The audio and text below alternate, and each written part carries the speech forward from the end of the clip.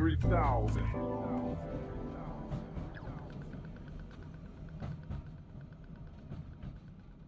right, what is doing? My name's Maloney. This is the 3000 podcast. I'm joined today by a skateboarder, Tom Flaz Flaherty, the artist formerly known as VB Man.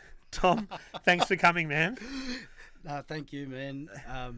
Yeah, I know you asked me a while ago, and it took me a little while to work up the courage, but here I am. No, I appreciate it. A lot of people do question. Well, when I ask the question, who should I get on from the skateboarding community, people often mention you. So I'm stoked that you've made the time, and I know it's not been an easy place for you to get to, like geographically. So I appreciate you coming down.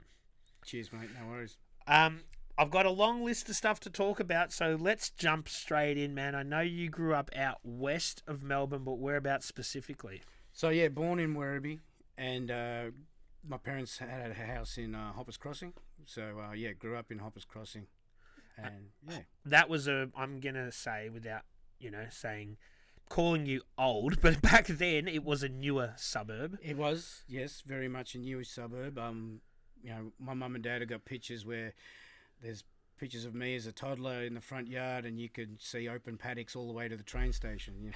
Yeah, so, and there was a big migration from people sort of in the city to move to those newer areas sort of out there as well back then. I guess so, yeah, because, decent-sized blocks, backyards, things like that, would have been appealing. For new families, and it definitely wasn't what it is now when it's, built up and all the houses right next to each other, all that sort of stuff. Yeah. So you're living over there. You're in the newer area. How do you discover skateboarding? Where does a kid in the 70s discover skateboarding? Well, it was a present for Christmas. A little plastic fantastic board was given to me while I was away for Christmas that year at my grandmother's place and up on the farm with Nan and Pop. And I always used to think it was my grandparents that gave me the board, but I later learned that it was one of my aunties that bought the skateboard. But yeah, so my brother had one to share, and my younger cousin had one, and the only concrete we had on the farm was a little concrete path that wound down the hill to the outside toilet, and we'd belly board down that path and just crash into the gate and annoy our granddad while he was working in the shed. Nice one. So I guess, concrete, there's not an abundance of it out at the farm. There's a little bit more back in Werribee though. So yeah, a little bit in Werribee, but not so much Hoppers Crossing. We didn't have any footpaths at all, and that skateboard was more put away at home, and then when mum and dad would say, oh, we're going to go visit your cousin, he lived on the other side of Werribee in an area called Wyndham Vale, and they had footpaths. So the first thing we'd think of is, let's take the skateboard and we can play with that, because he had one too. And so we'd have these races up and down the footpath, belly boarding and things like that as young tackers, so that's my first introduction to a board and four wheels. Yeah. So then I guess the next logical step is you move to more of a real sort of a wooden skateboard rather than a plastic one. Is that what happens? You can't do too much on the old banana boards. No, it was a toy, and for that era, that age, I was doing other things. Mum and dad were big into camping, and we did a lot of trips all around Australia, camping and travelling around, and then played footy. My dad got us into badminton. He used to play badminton, so he got me and my brother into badminton, and we played that as youngsters as well. And then I remember we got sort of taken out of football.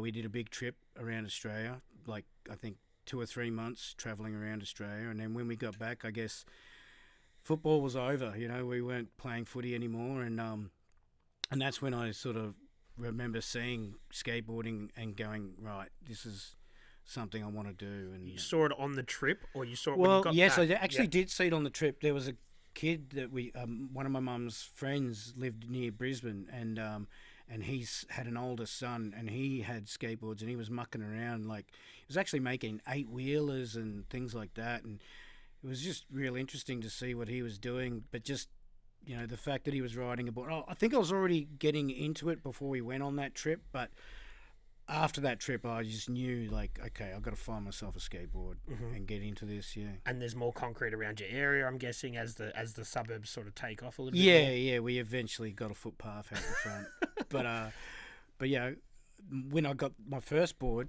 which was I remember it was 21st December, in 1985, and I got this little Veriflex board, and I spent the next 3 days just tic-tacking and doing, like, trying to do 360s, but just turning and turning and turning and learning how to ride that board in the driveway at home. I think that's how most kids sort of learn, in the car park, in the driveway, that sort of thing. Yeah. And this had like the plastic rails and all that sort of stuff. Yeah. Well, that was one of the things. Like, it didn't come with all the components, so it was actually quite a basic Veriflex splash.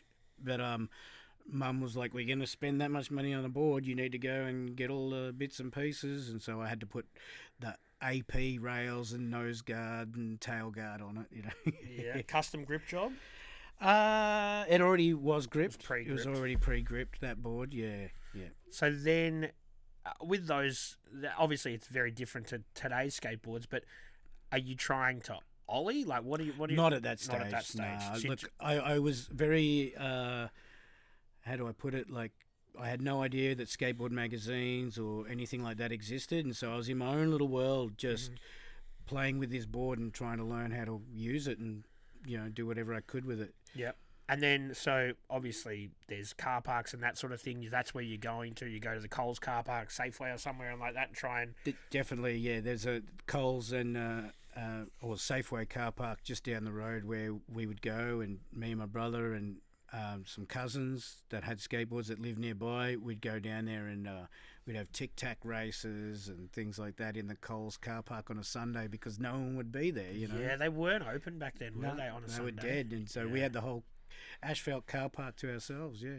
And so where does it progress from there? So are you looking that what in the 80s there would have been a couple of vert ramps around, but hardly any in the whole of Melbourne, would there? Not a lot of vert ramps, but ramps were something that me and my brother were into, that's for sure. Like, every time it was a rainy day and we couldn't get out into the driveway with the skateboards, we'd clear out part of the dad's shed and get some wood down and lay them on some milk crates or whatever we could find, and made little wedge ramps to skate, and kind of made these like little half pipes with multiple wedge ramps. And I remember my dad cracking the shits with us and be like, "Right, I'm sick of you guys breaking my wood. Let's build a ramp."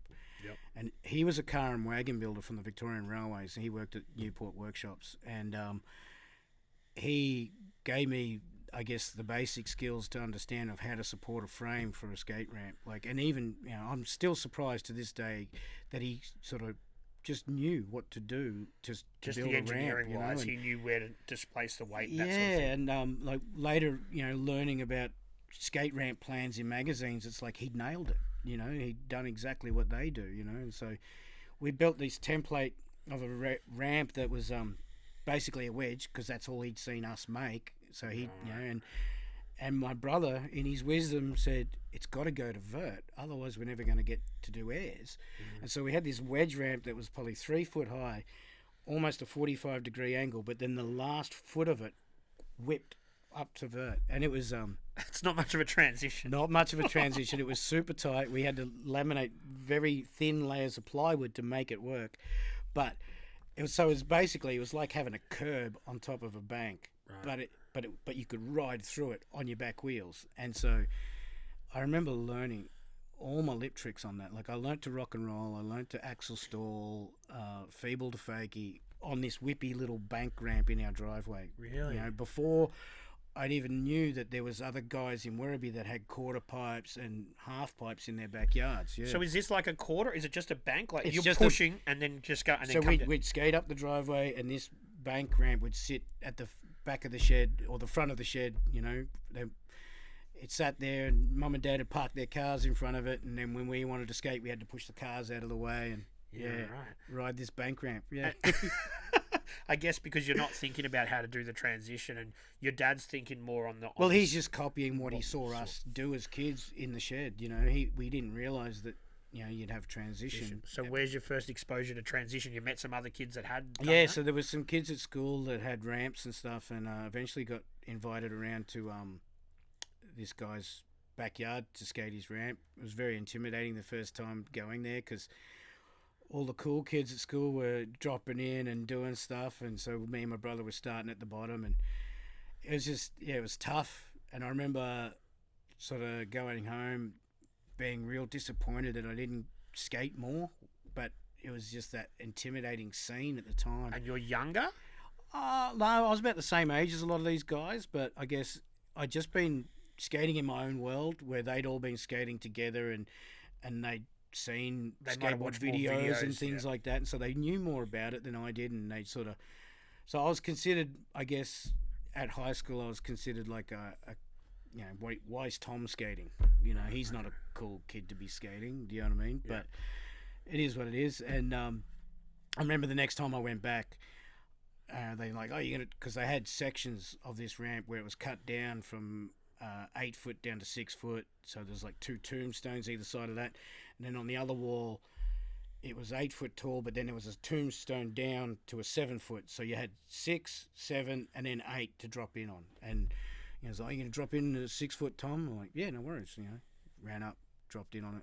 Oh, are you going to do the 7 foot? Yeah, okay, yeah, did it. And so all of a sudden it was like, oh, Tom can actually skate. Okay. But you're dropping in? Are you doing anything on the other side? No, just kick turning. Just getting a kick turn in, but that's about it. Just dropping in, but... And what are the other guys doing? Rock to fakies, rock and rolls? Yeah, a little bit, yeah. Axle stalls?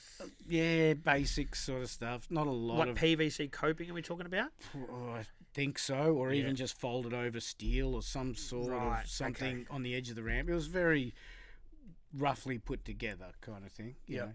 But a backyard vert ramp in late 80s Victoria is like, wow, that's pretty cool. Yeah, because I'm thinking back then there would have been Paran, and I think there was one... Well, so I'm thinking that Paran probably, I think, would have been maybe late 87, 89. So when I'm talking 86, 87. So there's maybe. there's nowhere within...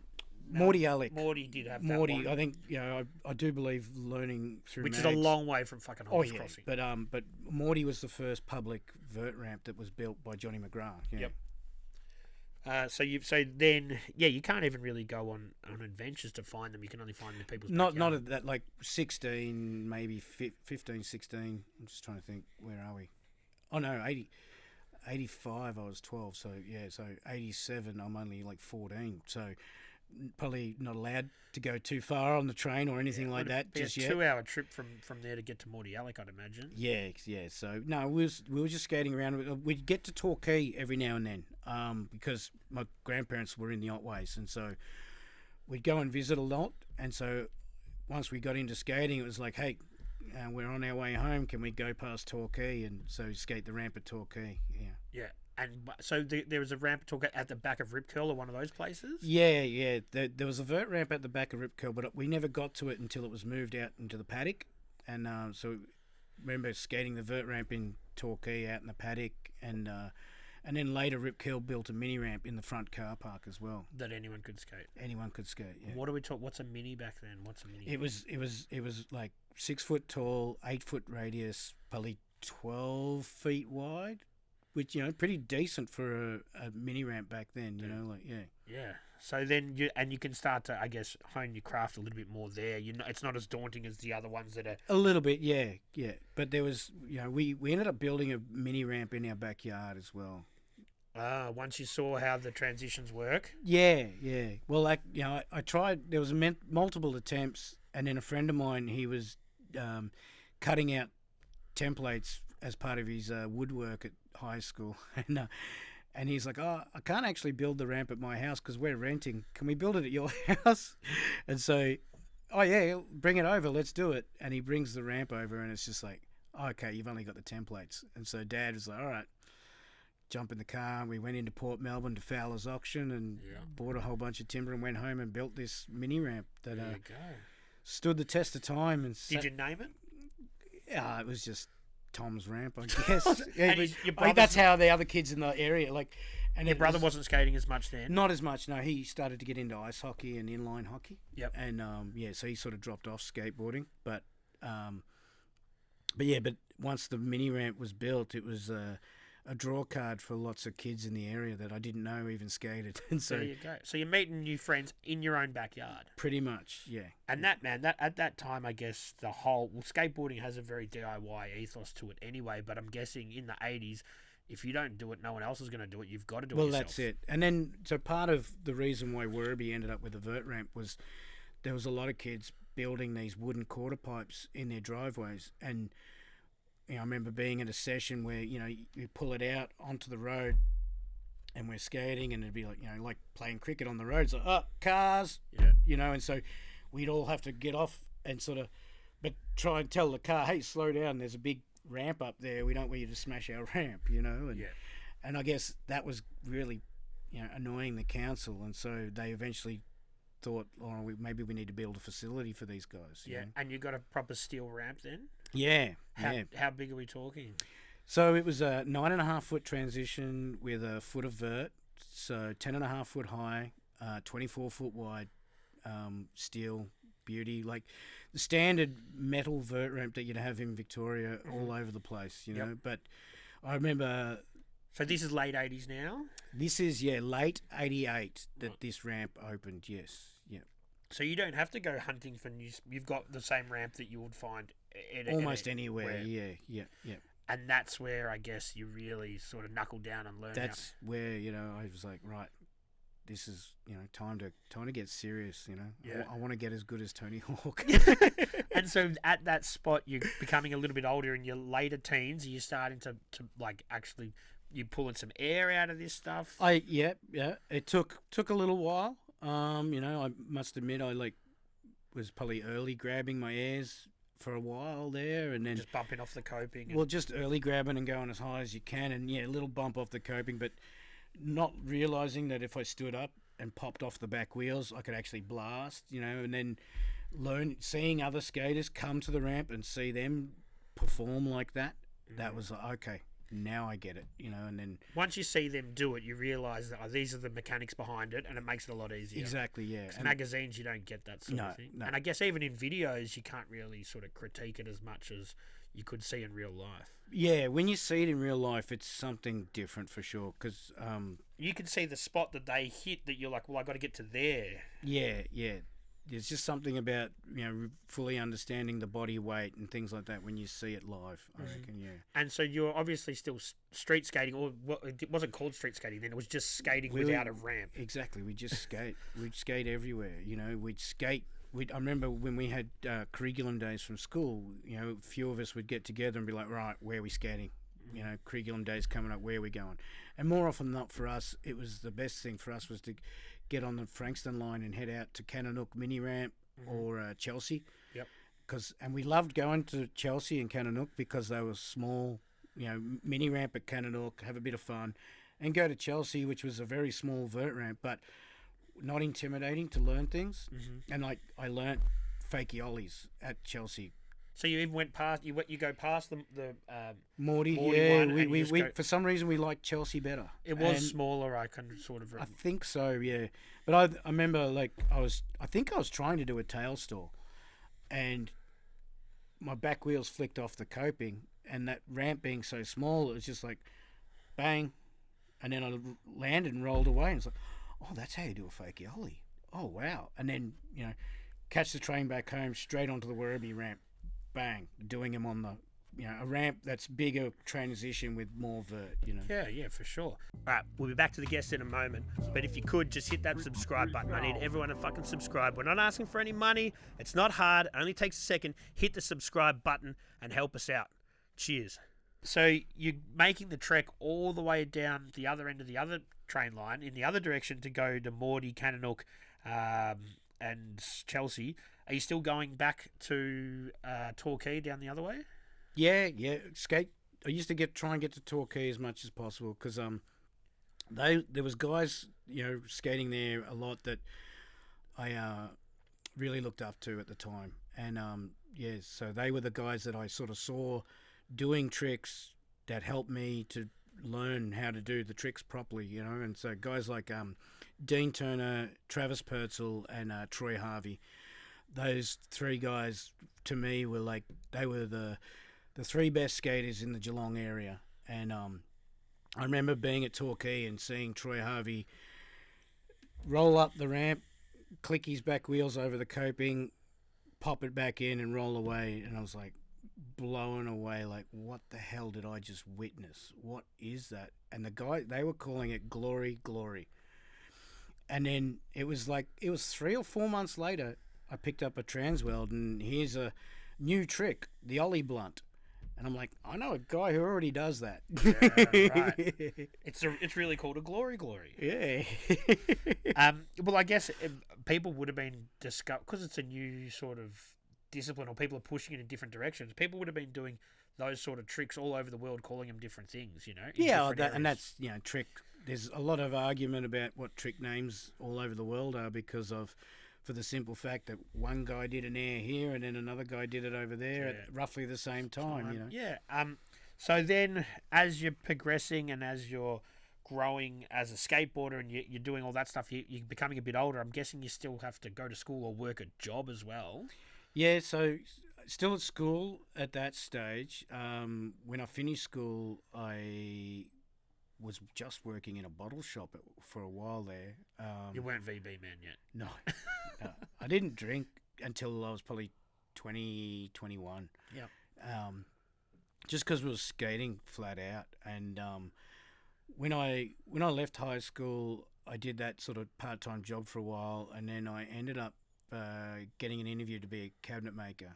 And remember going to the interview and just coming out of it going, I've nailed that. I've got that job, and I don't really know if that's what I want to do. All I really want to do is just ride my skateboard. But I know I've got to do something, I guess. So I did the cabinet making apprenticeship, and in hindsight now, I'm glad I did. I mean, it helped you work with wood and stuff that you're going to do for the rest of your life. Yeah.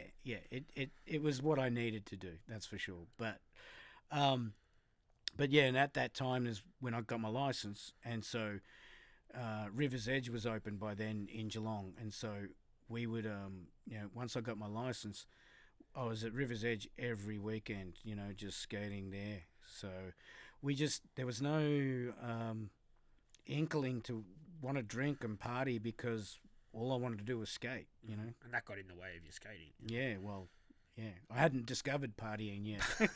Yeah.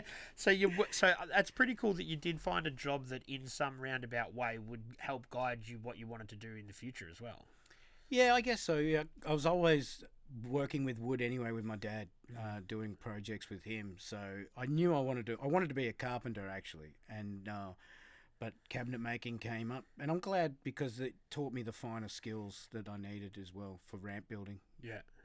And then, so you've taken your full-time job, you've got your car, I guess. Now, as a skater who wants to explore, it opens up a lot of possibilities. It was amazing. It was the best thing that ever happened. I remember my cabinet making boss, I rolled my ankle and I was off for a few days, and he's like, "Oh, you're still riding that skateboard thing, eh?" And this was before I passed my license, and he's like, "Oh, once you get your license, you will stop skating." And I'm like, "Oh yeah, you got no idea how much more skateboarding I'm going to do once I got a license, So no, that's the world opened up to start traveling and skate all over the place. Yeah, so.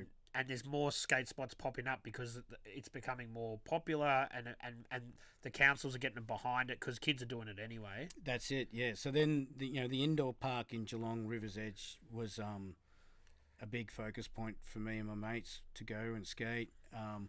We'd be there every Friday night. As soon as I knock off work, everyone would meet at my house, and we'd jump in the car and drive down and pick up Dan Carney on the way through Corio and head down to River's Edge for the night. And then in 91, River's Edge closed, and I remember they had a gig there. It was like Save the Skate Park benefit gig, and just hanging out skating, and remember bumping into and meeting a young Byron Boz McCormack, and who was incidentally the guy that I can't remember. Sorry, last week's guest, Rory was buying his gear off at the Camberwell Market. There you go. Was Boz, and sort of connected with Boz and found out that he lived up near Buninyong, just out of Ballarat, and you guys should come and hang out, and I think I'm going to have a party at my house or something. And so the next weekend we were up in Buninyong with Boz and skating around Ballarat, and then for the early 90s we would travel to Ballarat a lot, and that's where I met Anton Jonday and Daniel Jonday, Adam Barclay, Fuzz, Barry O'Keefe, Shane Kilborn, like a whole bunch of friends that we connected with through me, Lincoln Scutt, who I used to skate with a lot in Werribee, growing up skating, and then Louis Taylor. So Louis was from Newport, and he would catch up with Jaff every now and then Jaff sort of started getting back into the skate scene at that stage, and we'd just start traveling to Ballarat, and it seemed like there was so many rad skate spots in Ballarat, and this is the early 90s, so skating's sort of dying in around everywhere, and it was like, but there were so many kids in Ballarat that were skating, and it's like every weekend we'd get there and be like, oh yeah, come stay at my house, or come stay at my house, and oh yeah, there's going to be a party at this girl's house. And I remember learning years later that the boys organised all these parties because they knew if the parties, the boys will come up and skate, and we'll just organise a party at someone's house, and they basically talked people into having parties at their house. It was absolutely crazy, but yeah. And so in the 90s, it is a bit of a funny time because the heyday of the 80s vert sort of stuff is kind of waning a bit. 90s, skating is in a bit of a lull in general, though, isn't it? It is, but I can honestly say for myself, I see that era and that time as some of the best times I've had in skateboarding. Yep. Purely for the fact that I guess because it was so underground and dead at the time in the mainstream eyes, we had full reign of the city. When we go street skating in Melbourne, there'd be nothing, no hindrance, no skate stoppers, nothing. And on the weekends, on Sunday, you wouldn't see anyone. Basically, Sundays was the day to come into Melbourne and skate, and we'd be in town all day long, just cruising around, hitting spots, filming. Yeah. And you're filming as well? Yeah. So, in the late 80s, my mum had a part-time job at the local school working in the canteen, and every time she saved up her money, she'd buy something cool for the family, like she bought her first microwave with that money, and then the next thing she bought was a video camera. And so me and my brother, we'd just be like, hey, we're going to the ramp, we're taking the camera, because you never know what we might learn today, let's film everything. And so we were filming ourselves skating from a very early age, I guess. And so early 90s, I decided I'd bought my own video camera once I got a job, and I was like, we're going to make a skate video, and let's film for a skate video. And so a lot of footage from the Ballarat days and things like that. And I think I filmed for nearly 2 or 3 years, and it was always like, oh, what are we doing? Oh, we're going to film for the video. Oh yeah, cool, the video. And then when it came time to sit down and edit and make it, it was like, everyone's like, so what are we going to call it? It's like, the video. And so I think late 94, I made a skate video called The Video, and I think it goes for 45 minutes long, and all my friends have got parts, like Jaffa's got a part in it, Anton Jonday's got a part, Lincoln Scott, Dan Carney, Scotty Briscoe, Louis Taylor, Boz McCormack, Anton and Daniel Jonday, and then there was a massive friends section with all our friends, like a lot of the guys from Melton are in the friends section, like Don Tarr, Brendan Lee, Gavin Forbes, and then Jason Burrows had basically, buzzer skating everywhere and hanging out, and there was just a whole heap of buzzer footage. And so basically the end of the friends section is just a 3-minute buzzer section as well. So And did you sell it? Did you give it away? What did you do? I just made a VHS copy, and it got copied around and shared amongst friends. Really, we had a big premiere in Werribee for it. Heaps of people came out. there was a small cinema in the university that was built in Hoppers, and hired that out and had a big premiere, and yeah, it was good fun. And man, that's all part of that DIY sort of mindset. Like, you know, you just make your own fucking video. That's it. Yeah, we just I enjoy filming skateboarding just as much as riding my skateboard. You know, it's so satisfying to, you know, work with someone on a trick. You know, and when they make it, and then I know that I've got the best angle that I could. It's just like so satisfying. You know. Yeah, well, obviously, we won't jump too much forward, but obviously you move into more of that sort of stuff later in the track. We'll try and stay on a kind of chronological order. Yeah. So we're talking 94 now. Skateboarding's becoming a little bit more popular, but it's generally not really it's different to the skateboarding that you're predominantly into. It's sort of more of that kind of technical kind of street skating stuff is starting to pop off. Yes, yeah. So like at that time, I'd skate vert during the week by myself down at the Werribee ramp, and then on the weekends, it's purely dedicated to like catching up with all the boys and just doing whatever they wanted to do, you know, and skating bowls or mini ramps and street spots and things like that. Yeah. Yeah. And so, do you find that it was going in a direction that you weren't totally about? You love skateboarding in general. At that point, I didn't. You know, the division of, oh, you're a vert skater or you're a street skater, to me still didn't even exist then. I was just like, I was still skating. I know I'm passionate about vert, and I know some of my friends aren't as passionate about it as I am. So I just did it during the week, you know, got my fix that way, and then hung out with them, you know, because I loved seeing them progress as well. And, you know, they were, you know, guys like Jaffa and Anton and that were definitely pushing the boundaries of, you know, like being some of the top skaters in the country. Yeah. And also there was a lot of skaters from Melbourne that were making, like Jason Ellis was doing big things back then. Yep. The Pappas brothers, Dom Kekic. Well, I look at those guys, like especially Tuss and Ben. They broke in very early in the 90s. You know, they pretty much started traveling to America from 91 onwards, and Jason and Gary Valentine had been over to the States even in the late 80s, so they'd already made an impact. And I think by 95, 96, Jason was probably based in the States kind of thing, yeah.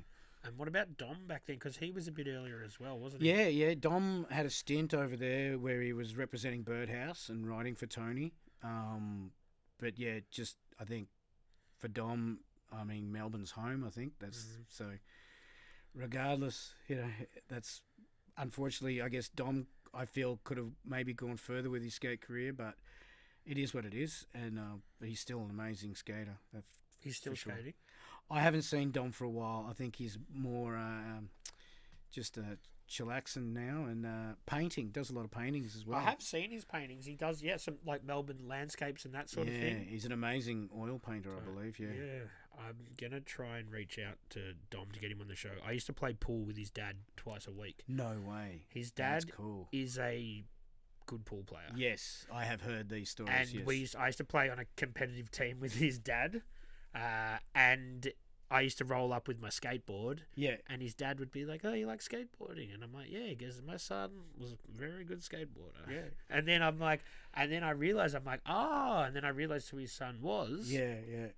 For ages, I was just playing pool with him. Wow. And he was kind of, sort of schooling me a little bit. But I haven't seen, since I moved out of St Kilda, I haven't seen Max, but I will try and make that connection and see if I can get Dom on the show. That'd be cool. Yeah, that'd be amazing. Like, to me, Dom's one of the great skaters that we've ever had, because he is not only just a vert skater, he's probably one of the most clean, stylish looking street skater too. You know, like, amazing. It's interesting with sort of some of those guys who are very good young and they can continue to be good as they got. Because, you know, some of the guys who are good young, when they sort of, you know, mature, they kind of don't have that style, but he kept it all the way through. Yeah, if anything, Dom's style got better. Yeah, he'd be an amazing person to talk to. I'd love to get him on. Hopefully something like this might pique his interest, maybe. Come on, Keck. Yeah, come on, man. You can do it. So now you're learning how to build. You've got your full-time job. You're traveling everywhere skating. Do you start to think, I want to be working within skateboarding. I want to ditch the the full-time cabinetry thing. Yeah, like there was always a dream of being able to be part of the skateboard industry, I guess. My ideal thing was to build my own boards and make decks. That fascinated me. The how is a deck put together and things like that. So that was something I started exploring in the early 90s. Because it's funny because pretty much all decks are Canadian maple. That's what we've just become to understand. That's just what it is. But I'm sure people have fucked around with other stuff, but that just seems to go back to that. Yeah, there is. It's got to do with the growing conditions of the timber. Canadian maple or any maple from North America, the growing conditions are quite harsh and cold, and so hence the timber is very dense and strong. Yeah. A lot of Australian species, we have a pretty warm summer, and so there's a growing section within the tree that's quite easy for the tree to grow, and so hence that fibre is not as dense and knotted or tight. Yep. And so the strength ratio of that part of the, when you look at a tree's ring, it's like there's winter, summer, winter, summer. You can see the growth. And so it's it's not the same. We just can't mimic what they get up there. So yeah. And what's your take on when people try and sort of fuck with the DNA of a skateboard? Like obviously they've got the skate, whatever the power one is, where they put a layer of laminate through there and all that sort of stuff. Yeah. Do you believe that? Like, have we just found the perfect sort of makeup? I think I use carbon fiber. Yep. I like to just put through I put 2 layers of carbon fiber in between certain layers of the veneers. I've mucked around with where it goes, and there's 2 spots where it should be. If it's closer to the top, it's not doing that much. Okay. But if it's too close to the core, it's not doing too much either. So it has to be just perfectly. I think it's between the second and the third, and then 4th, 5th. Yeah. So, but yeah, sandwiched around the center of the deck, I put 2 strips of carbon fiber through my epoxy boards. Yeah. Yeah. Right. And you're just making them for yourself.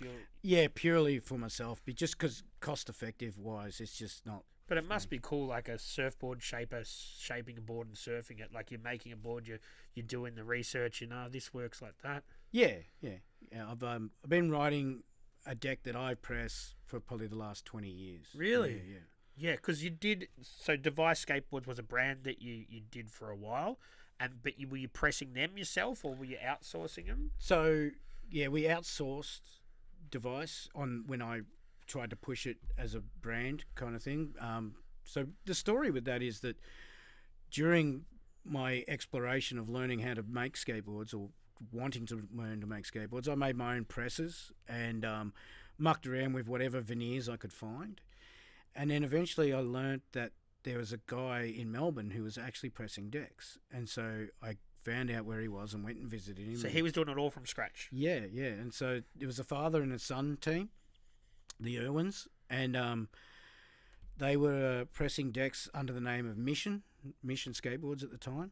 And they were, they invested a bunch of money into getting a press and getting all the equipment and research and whatnot. And I sort of quickly realised, oh man, this is expensive. Like, are they sourcing their maple from over there, or are they using different? Okay. Canadian maple. So they're getting it in ply sheets and then pressing it themselves. Yeah. So what's the veneer. Veneer. Yeah. And what's the benefit of doing it here just to do it yourself? Well, just to do it yourself. So, that whole, I want to make skateboards. Cool, let's do that. And that's the journey I was on. So when I met them, they were like, well, we'll press your boards for you. You know what I mean? You can have the brand. You do whatever you want. You can buy boards off us. Yeah. So that's what the starter device was, getting my decks through Peter. And, so coming up with graphics and finding a silk screener, because heat transfer wasn't a thing back then. And so silk screening a graphic onto a board and things like that. There's a lot of, research and like trying to find out, like the silk screeners I talked to was like, oh, I've never done that before. I'll have to work that out, and so the artwork was very limited in what we could print and things like that for a while there. But more colours is more cost. Yeah, things like that. Yeah. It's just difficult, so we kept it simple for a long time. But yeah, so that's how Device sort of started. I actually registered the name in '97. So, but I'd been working on it since probably early '90s. Just always just in the back of my mind, like, want to learn how to make boards. Want to work out how that's done. Yep.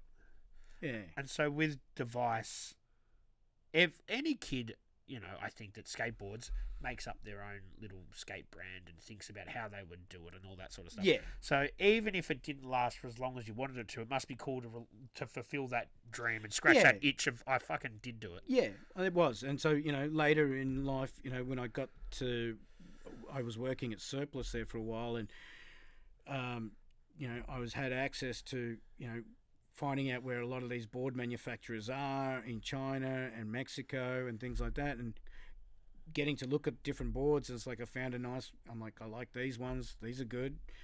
And that was a supplier in China, and so I'd order, I think, 300 decks at a time, and then started working on artwork and, come up with a few graphics myself. And then I got onto a friend who used to skate in Werribee from back in the day, Justin Acarito, who's the Devil's Ink tattoo in Newport. And Aka agreed to, he was like, dude, I'm stoked. I'd love to do some artwork for you. And so, he did up a series of boards for me, which was the Wild West series, we called it. And it was based purely off a sleeve that I saw on his Instagram. I was like, dude, I like the look of that. And so he's like, yeah, I'll do that up on a deck for you, and nice.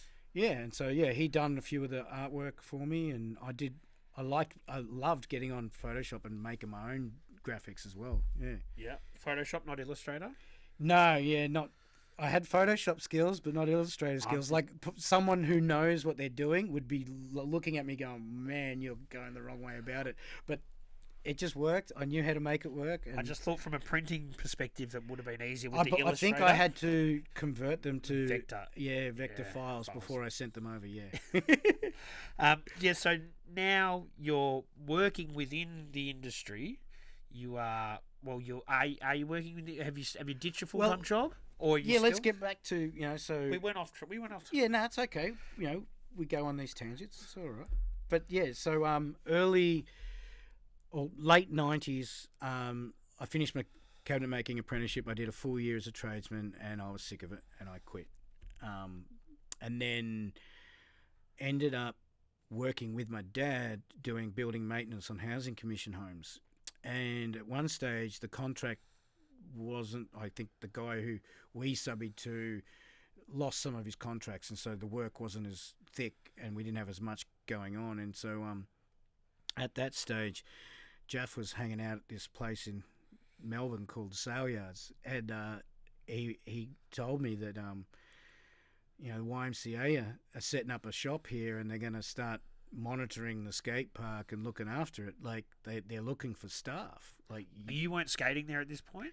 Not that much. Like it didn't have much for you. Like it had quarters. Like if I went and skated with the guys in the city or whatever, I'd end up there. Yeah. But I was sort of more at home, probably just skating vert and things like that.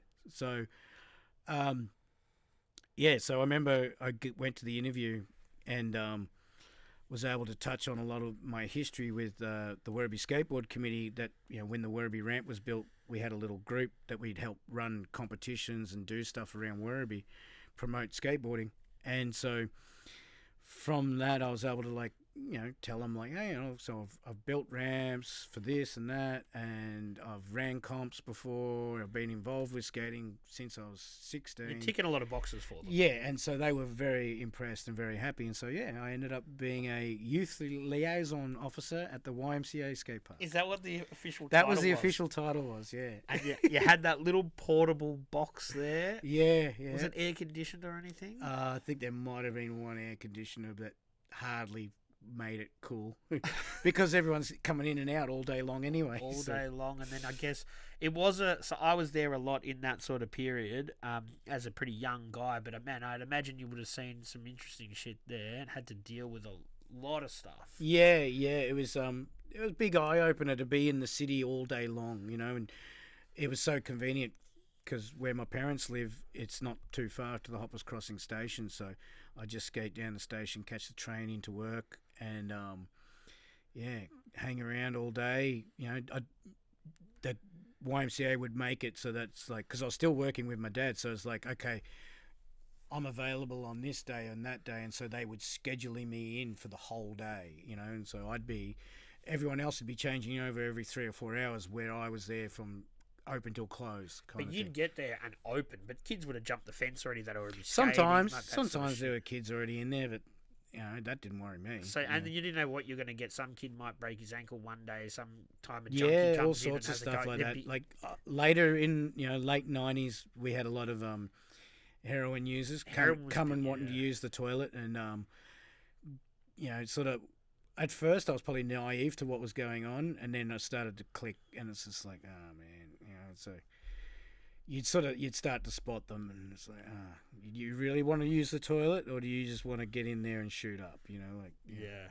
And because there is a lot of kids there as well, like actually. And that was the thing. We were encouraged to kick them out and move them on, and because we didn't want that around the skate park. You know what I mean? Like, and then you got the steps crew hanging out the back with some tallies or whatever, and maybe smoking a blunt, but they were part of the scenery. They were part of the skate park, and so as far as I was concerned, I didn't see that. Nah, it was self-regulating to an extent, because if someone was going to be a dickhead, then like people would tell you. Exactly, yeah. And they were the first guys. If there was ever an issue with some random at the skate park, the boys that always hung out there would be the first ones to step up and help the YMCA guys out. Yeah. And that there was a mini there that wasn't there early days, but it was to. Did you build that? Did you have a? Yeah, so that was a hazard box ramp that someone had bought in, I think it was North Melbourne, and I got the call to be like, "Hey Tom, we got someone's donating a ramp to us. Can you go pick it up?" And so I hired a trailer and went and picked it up and drove it in and set it up and built that one at the park. Yeah. I didn't actually build it from scratch. But I rebuilt it at the sale yards. Yeah. And then I think some dickhead burnt it down. Yeah. I think it was a skater too. Really? I can't remember who, but yeah, unfortunately it ended up burning down. But it was good fun while it was there. While it was there, I skated there. I learned a lot of tricks on that mini. That was a nice, fun fucking mini. So YMCA, that they're regulating something that's sort of hard to regulate with a skate park like that. Like, you're trying to lead these kids that people are fucking up. They're doing all sorts of stuff. Was there pressure from the council that this thing's got to go?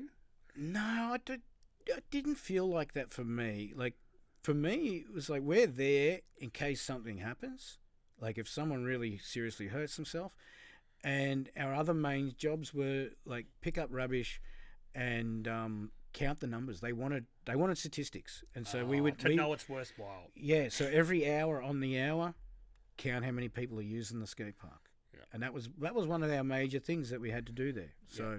But I guess, towards the end of the 90s, the pressure was starting to be like, this is prime real estate.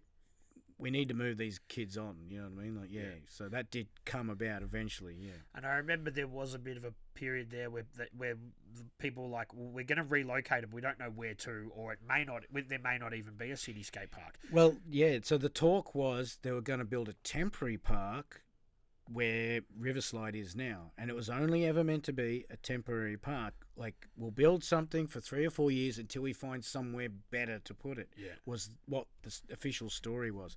And they've obviously realised that it works down there, and so why move it, And it freaks me out, man, because some of those big quarters there, they've come from the sale yards. They're still there.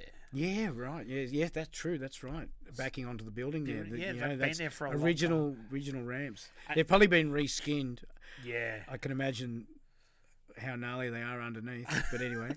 And then when you moved there, you had an actual little house, like a caretaker's cottage. There must have been a bit of an upgrade for you. It was definitely an upgrade, but that was about the time I sort of finished up with the YMCA. So I think I actually finished before the move, but I ended up meeting a young skater's dad, who was a carpenter who hung doors. The Henkels. So young Elliot Henkel was a skater who would skate there, and he had a good friend, Jack Kirk. And so I remember meeting very young Jack Kirk there. And but yeah, Paul Henkel was Elliot's dad, and he was one of those dads that sort of was always taking his kid to all the different skate events and things like that. So I got to know and meet Paul, and Paul offered me a job hanging doors. So yeah.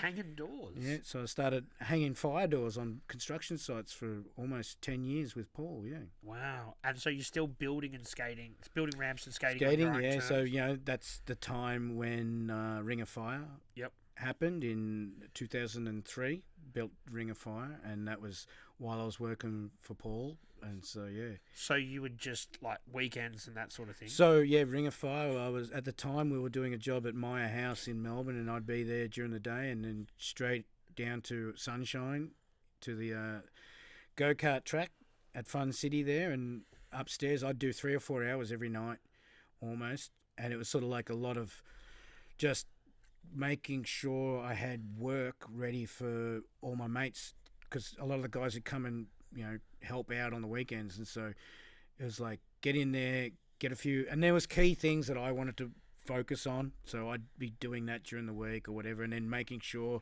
right, when the guys come, there's a whole heap of ply that they can So lay they're not over fucking there. around, yeah. Yeah, so that we make the most of our time on the weekends, yeah. Yeah. So you're project managing.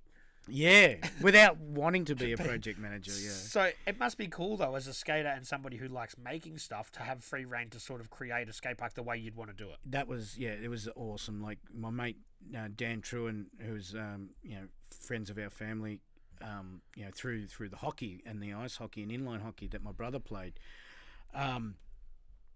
You know, he approached me about building that, and I just sort of said, look, I've got this idea of a bowl I'd love to build. You know, would you be happy if I built that up there? And he goes, do you think it'll bring people? I'm like, yeah, man, it'll attract people for sure. Yeah. And it did. And it did, yeah. We had some of the, you know, Tom Penny, Tony Hawk, you know, Brian Patch, Steve Bailey, like lots of top pros have come. Because not long after the Ring of Fire was built was when the first World Cup, and so it just became a thing. Like, oh, you're going to Melbourne, oh, you're going to go check out the Ring of Fire. You know, like that bowl's amazing. You know, so Yeah. And are you drawing these plans up with computer, with CAD and stuff? Or you just draw? So that was purely out of here. You know, like you didn't just, ever write it down or anything. Didn't draw it up with a pencil. I just knew I wanted to build a bowl with a hip, and that was the main thing, just a bowl with a hip, because I remember seeing a bowl with a hip in I think it was Band This, and it was part of the, you know, Bones Euro, and there was a wooden bowl somewhere in Germany, and I remember just like, wow, that looks like fun. And so I've always had it in my head, like, I want to build a bowl with a hip. Yeah. And so when the opportunity came, it was like, you know, that was one, you know, I'd never built a corner before, and so that was something a challenge that I wanted. And you know? didn't draw it. You just thought you knew. Me and my cousin Dingo, we got in there with a chalk line, measured out, cleaned the area, measured it out, and start sort of mapping it out. It's like, all right, we've got so much room to here, all right, and then if we put say we go and we ended up 15 degrees angle this way, and okay, how much room we got there? Yep, okay. Would you do it differently now? Yeah, a little bit, maybe, you know, just because I know more about what I'm doing with the bowl now. But it was just purely, we were fitting in what we could in that space. Yeah. So, yeah, and I picture things in my mind, and, you know, I don't need to draw a plan. I just know how I'm going to build it, you know. That's impressive. Yeah. So where do we go? So you're really honing your craft as building a ramp. Do you see that can be a career now? A little bit, yeah. You know, so I have built many ramps for different people, backyarders, and, you know, Globe are constantly, you know, whenever they need things done with them bowl, or, you know, which started out as a mini ramp, and then I've turned it into a bowl, and then me and Jaff just actually pulled one whole end out of the bowl and redone it with a new radius and a different tranny in there, and did some alterations. Oh, this is at the Port Melbourne warehouse. The Port Melbourne warehouse, yeah. And so we've altered that bowl recently, and you know, like I'm available for people who want ramps built, but I mean, it's pretty hard as a full-time gig for, you know, I specialise in wood. You know, I don't really. I did 2 years working with Convict, building concrete skate parks, travelling around, and that's tough because you're in a town to build a skate park because there's nothing there to skate, and they would often ship you off before it was even finished. And so, like, I've built parks all around Australia that I've never skated, you know, things like that. And so it's like, I actually want to skate these things, So Yeah. Oh, that does suck. But I guess it's cool that all these places have concrete skate parks. yeah, it's great. I mean, and I learned a lot, and I'm fully stoked with the time I had there learning that trade, because another skill under the, another feather to the cap, so to speak, But yeah, it's just the traveling and the staying away from home and not being able to skate what I want to skate as often was the deterrent for me. Yeah, and it's a bit of a tease as well because you get to see all this happen, and it's like painting a picture and not seeing the finished product. Yeah, sometimes, yeah. They just get you in there for the labour. Yeah, pretty much. So, with the skateboard industry, if you're going to work with it, you can't really be too fussy because there isn't always enough jobs to go around. So I guess you just sort of find where you fall on your feet in whichever capacity. So I'm sure there's times where you've had other interesting gigs within skateboarding that aren't building ramps and working at the YMCA. Is there anything that pops to mind straight away? Well, I mean, a lot of ramp building type stuff, and I think, just to touch on, like the opportunities that I've had because of my ramp building skills, getting pulled into the World Cup builds, with Chad Ford and Steve Gourlay, and that's something was huge, like arena stuff.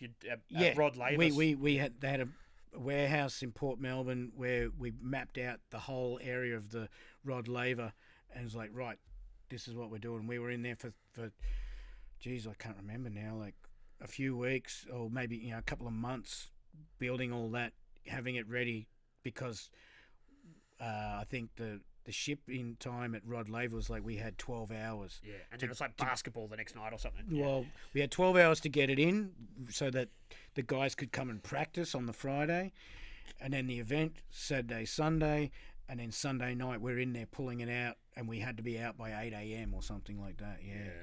Quick turnaround. Yeah, they do a lot of.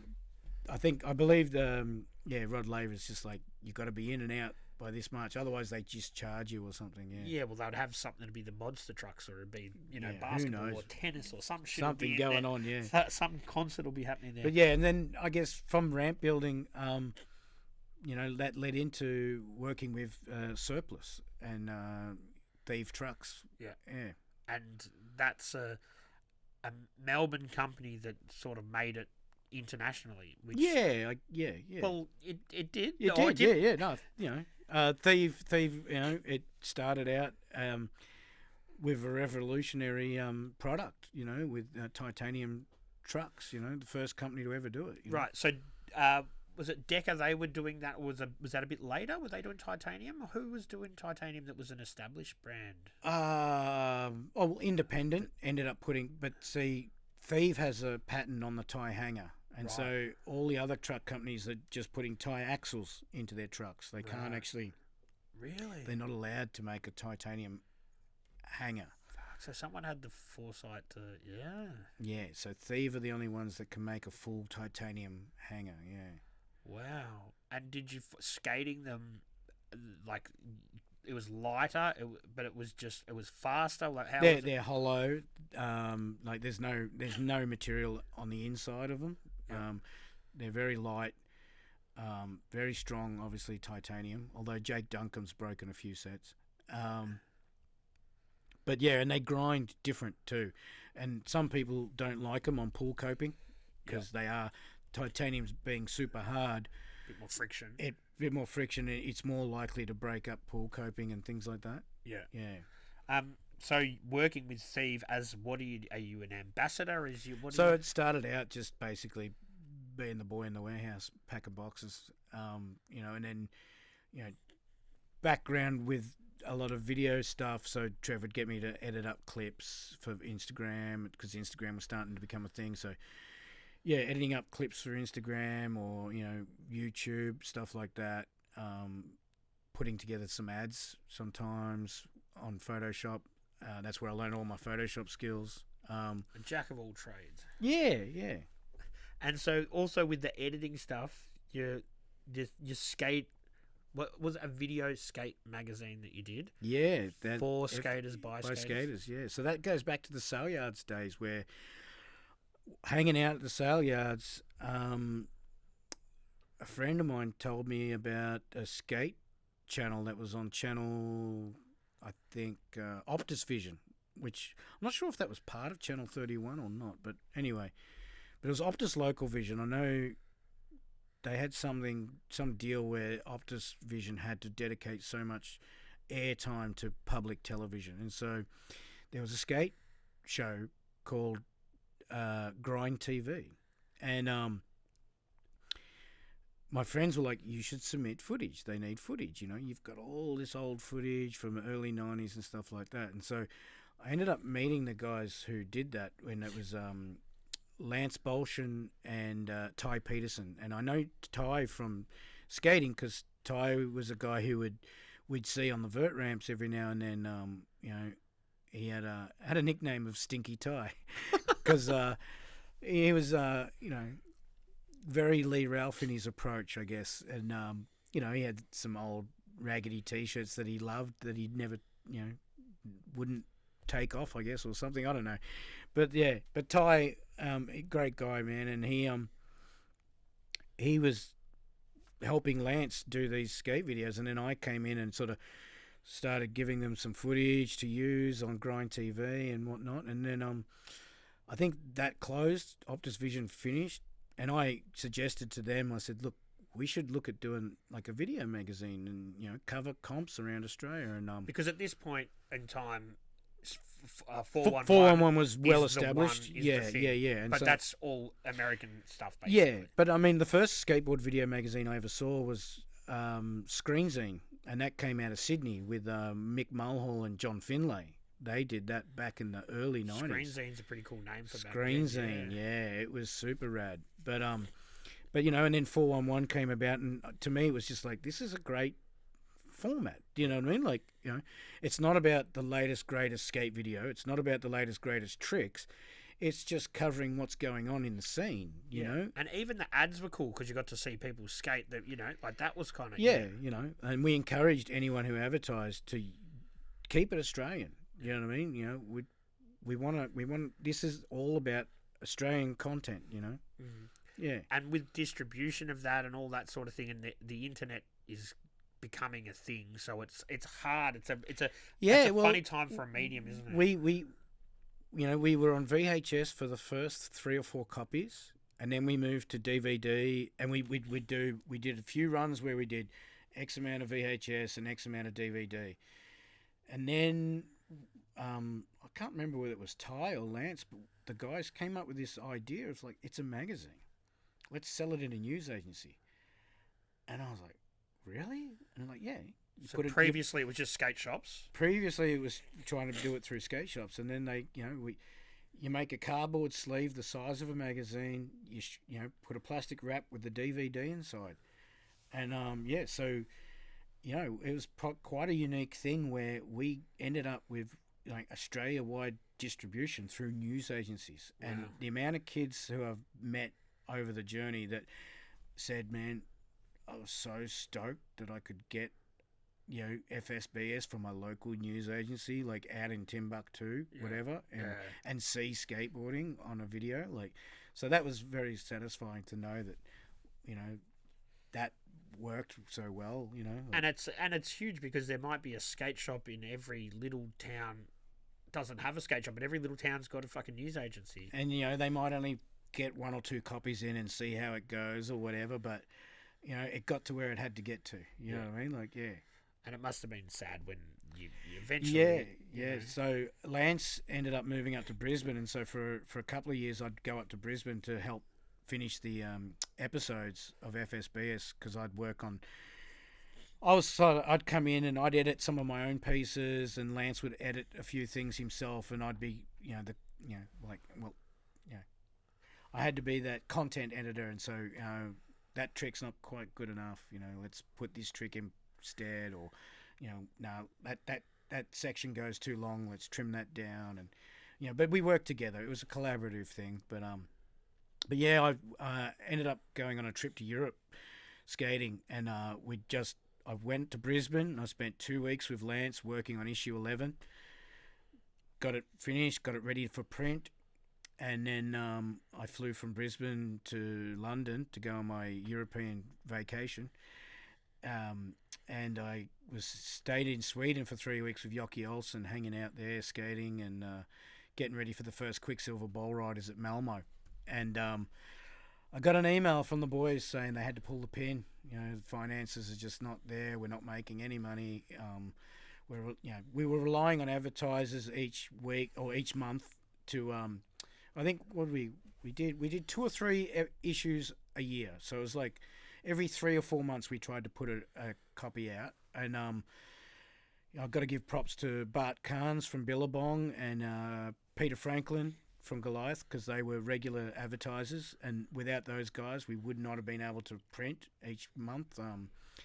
So the sales never made enough to keep it going, but so we're relying on the advertising to sort of just to print it, you know. Like the advertising would cover the printing. I was buying my own tapes, you know, all my equipment was my own. I'd fly to contests all over Australia. I'll buy out of my own pocket, you know what I mean? Just I believed in it. It was, and I loved doing it too. Like it was great, you know, to be traveling around and, you know, filming and skating at all these different events around Australia, you know. Yeah, I guess. And like a lot of things, a lot of hobbies are passion projects, and if you can just make a little bit back, it makes it worthwhile. Exactly, yeah. Which was the same thing with Device. I mean, all I ever wanted was for Device to pay for itself, you know, but yeah. That's my goal with this thing here. Eventually, it could pay for itself. Yeah.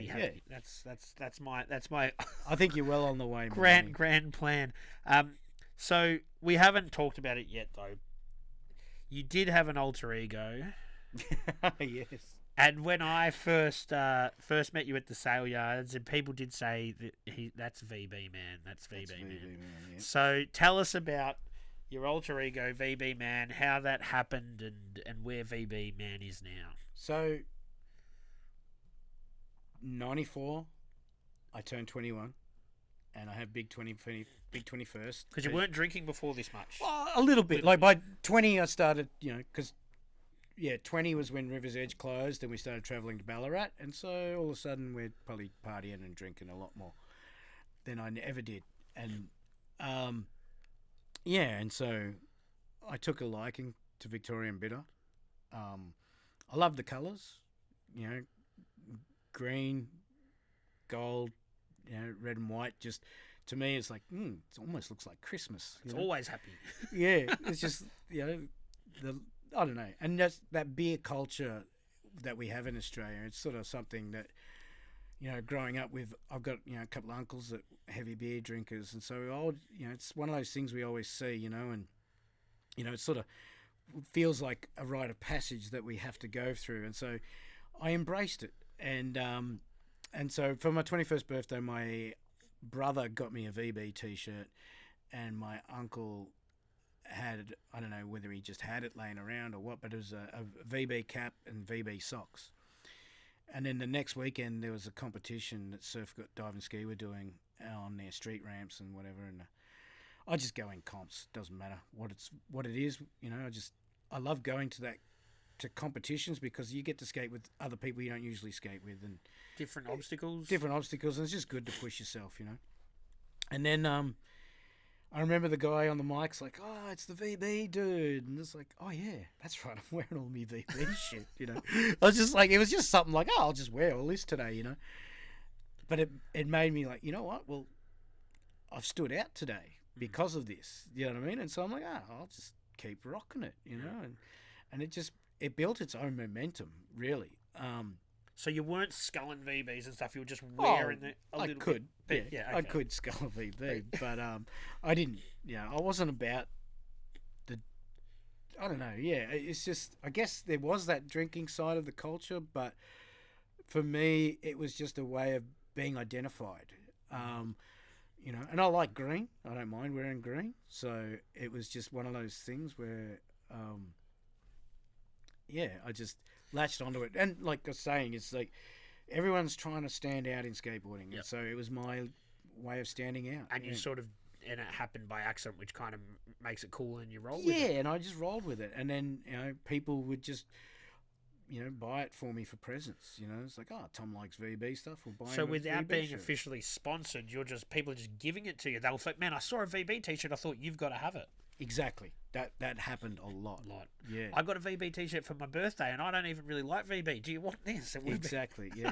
That sort of stuff happened, and and it got to the point where people thought I was sponsored by them.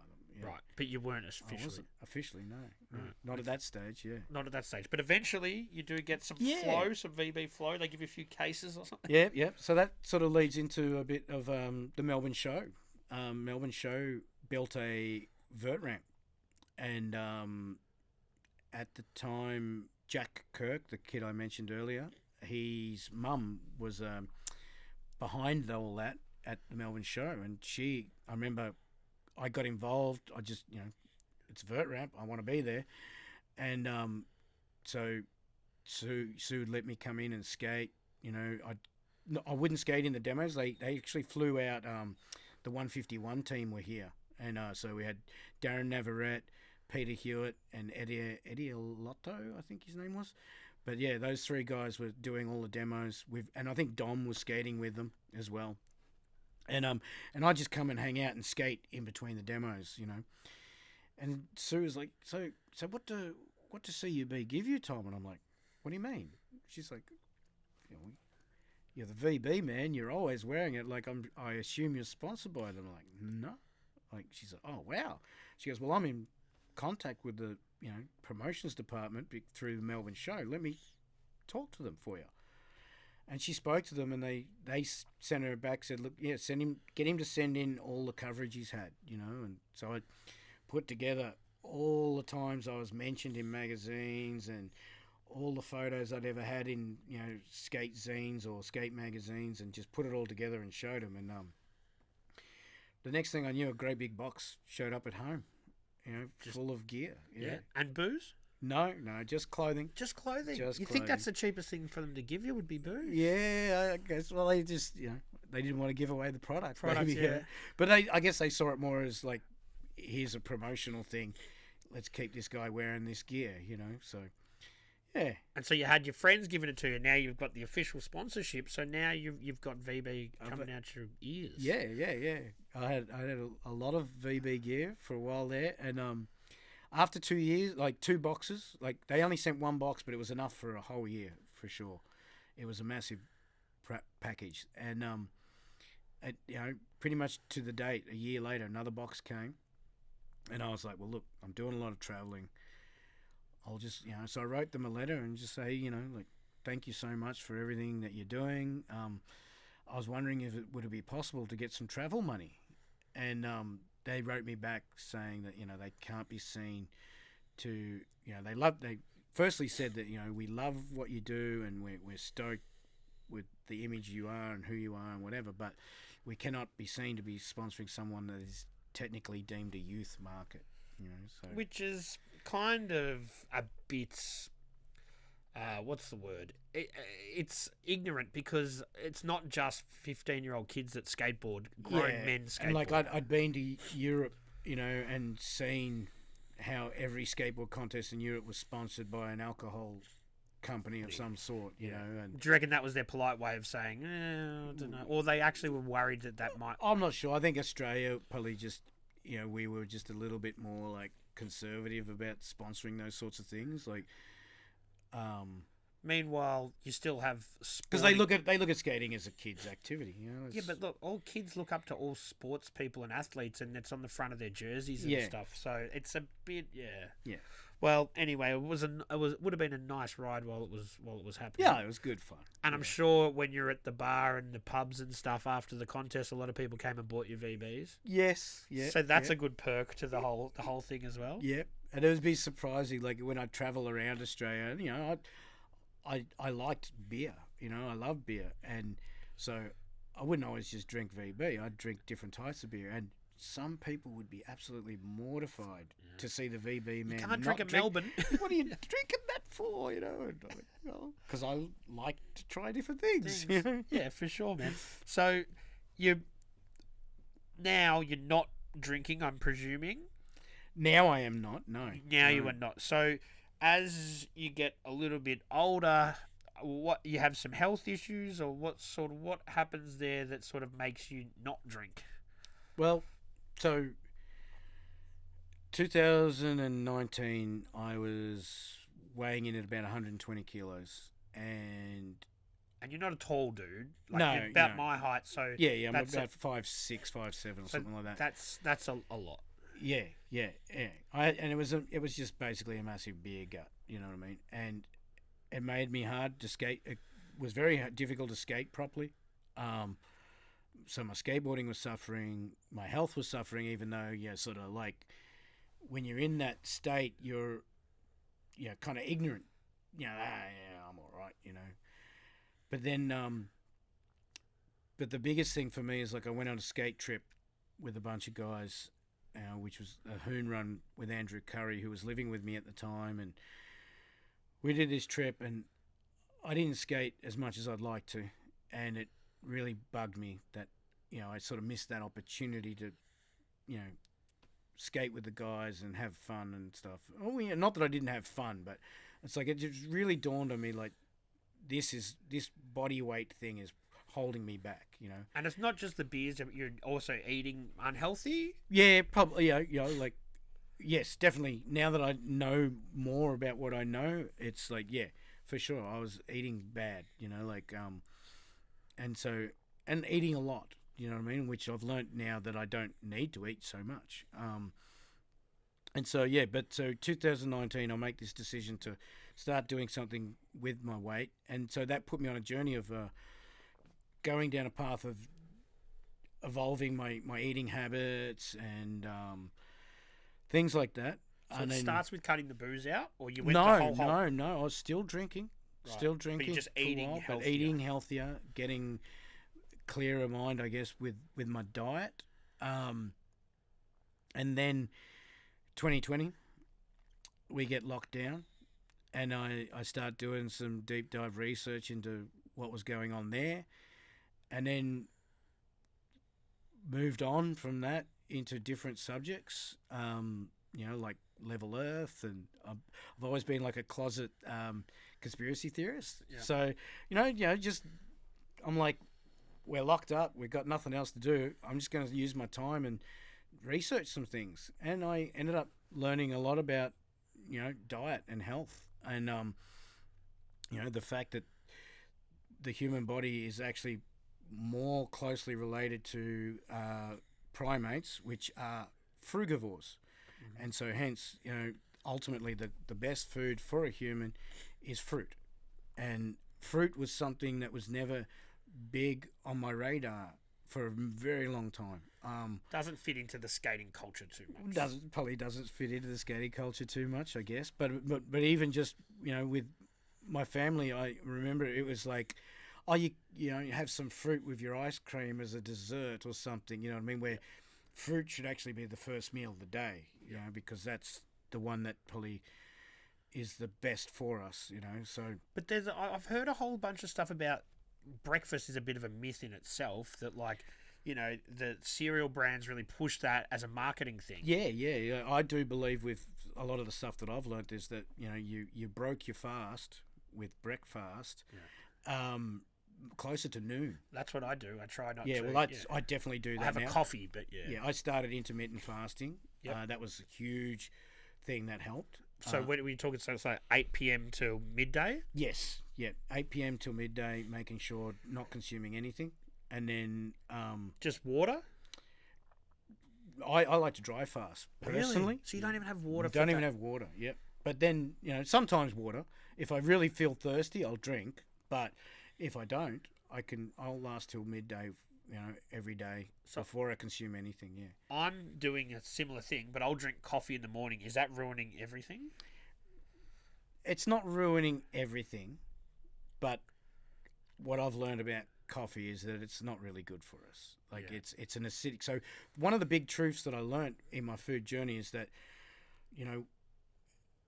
our bodies are mostly water, right? And so the health of water is tested on the pH scale. And so healthy water is in the alkaline side of the pH scale and not the acidic. And then this was one of the big things that really revealed to me that that meat eating is not good for us, because I've learnt that meat is acidic to the body, and so anything that's acidic is holding you back. Okay. Because our bodies ultimately want to be keeping that homeostasis of just above neutral on the alkaline scale, and so I believe what I understand is that 7.365 is perfect human blood, so that's just alkaline on the alkaline scale, and so I cut out acidic foods, and that was a big game changer. That's when the weight really started to fall off. Really? Yeah. And what about don't really understand this stuff. I've never really looked into it, but I'm tipping that citrus fruit's pretty acidic. So do you stay away from that? No. But see, it's so fascinating that things can be acidic like citrus or pineapple, but the effect they have on the body is actually alkalizing. So like lemons, like they're actually highly, like I'm not sure if they're on the highly alkaline or highly acidic, but they're at one end of the scale. But whatever they are, the effect they have on the body is hugely alkaline. Okay. Yeah. So once you start realizing this, then you obviously think, well, I've got to cut the booze out as well. If I'm doing all this shit, I see. I was stubborn. I was still. Oh, you thought I was still drinking. Right. And it was beer. Are we talking beer as well? Yeah, still drinking beer. Because a lot of calories in that shit. Yes, I drink it all the time. But I was, looking after my food a lot better, and I was starting to lose weight. And Anton Jonday challenged me. He's like, go a week. See if you can do a week without any beer. And I did. And I went 3 weeks without having a drink. And I kind of, once I got through that first week, I was like, oh, this is easy. I don't need it every day. I don't need it all the time.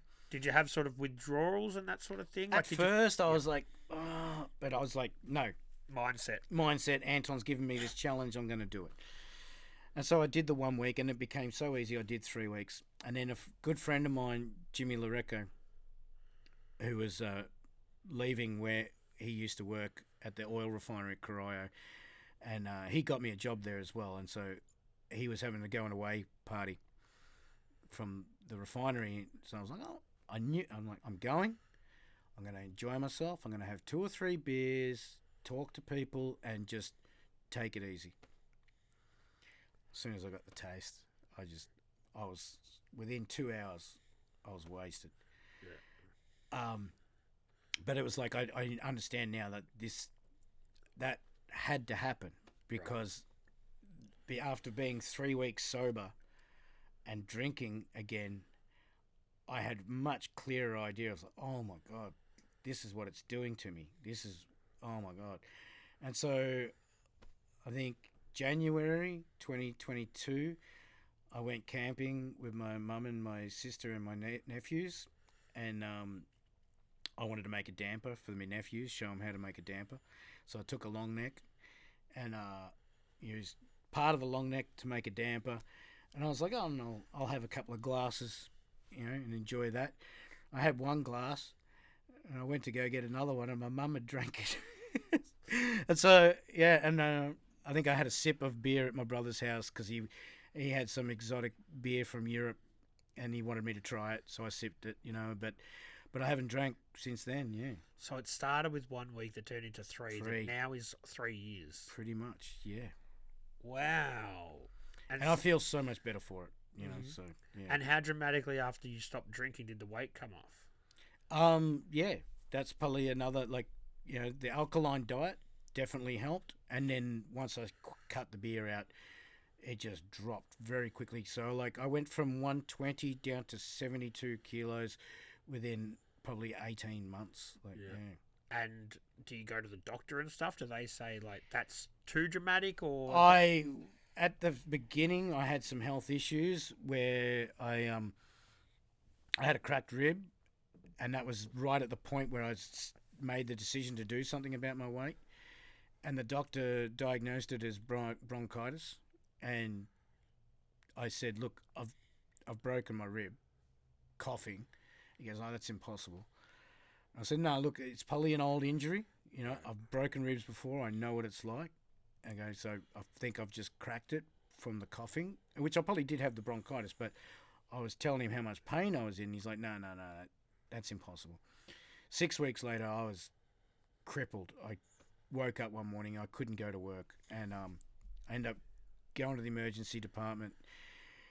And they looked at the file and they're like, "Oh yeah, your bronchitis has just flared up again." I said, "No, look, I want an X-ray." And they gave me an X-ray, and they saw a shadow in the lung, and so they come back and go, "Oh, you've got pneumonia. Here, take this. Go home, rest. You know, be very careful. You've got pneumonia. Go see your doctor in 2 days' time. He'll have the full radiology report." I go see my doctor. He pulls out the radiology report and he starts to read it, and he goes, "Yes, the shadow in this image shows that this man clearly has a broken rib." And I'm like, Told you. "Didn't I tell you that 6 weeks ago?" Yeah. And so for me, that was like the nail in the coffin. Like, they don't know what they're doing. Yes, a lot of the time they don't know. Yeah. So, yeah, I just stopped going to the doctor. Yeah, Yeah. fair enough. But you don't really need to now because you're feeling healthy. You've never felt healthier. No, never. It's, you know, I've had, you know, through this cleaning of my body, I've had a bit of a spiritual awakening too, and reconnection back to God. You know, that I probably denied most of my life. You know what I mean? Like, yeah. Yeah. Okay. And so do you want to tell us more about that? Did you? So, yeah. Like, I saw you had the God T-shirt on. I thought it was the band. It is the band. It is the band, and I love God, rock and roll. But but I've also learnt to, I guess, love the true creator of this universe that we live in. Yeah. So the spiritual journey has taken you to believe in a greater power, Definitely, yeah, Okay. yeah, for sure.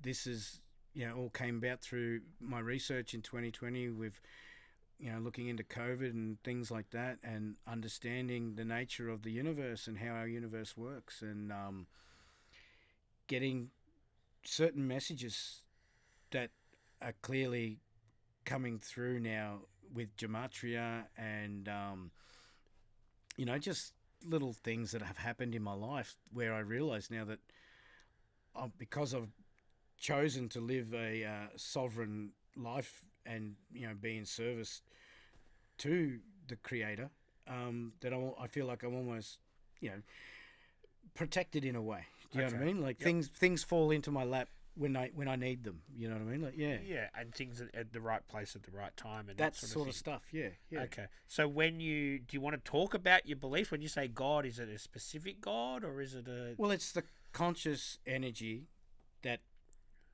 is the creator of everything that we see within this world. I mean, I can go right into the nature of how it. I'm interested. What I believe how it works. Well, it's like, so, you know, God is light and sound, right? Everything is frequency and vibration, and so, you know, there is a conscious energy at the core of a toroidal field of energy that we live in.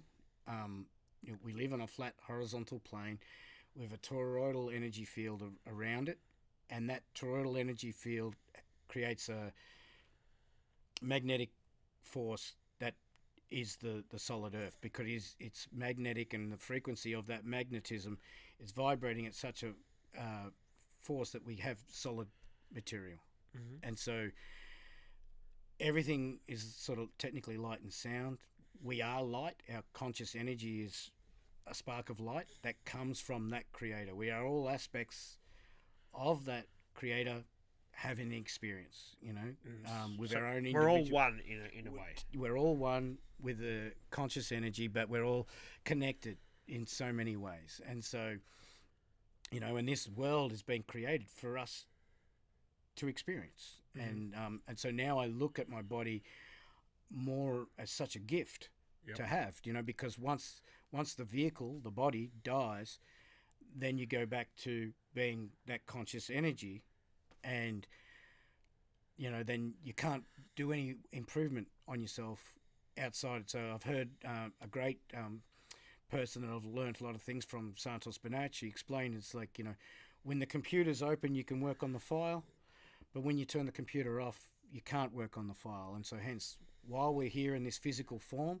we can work on our conscious energy and who we are.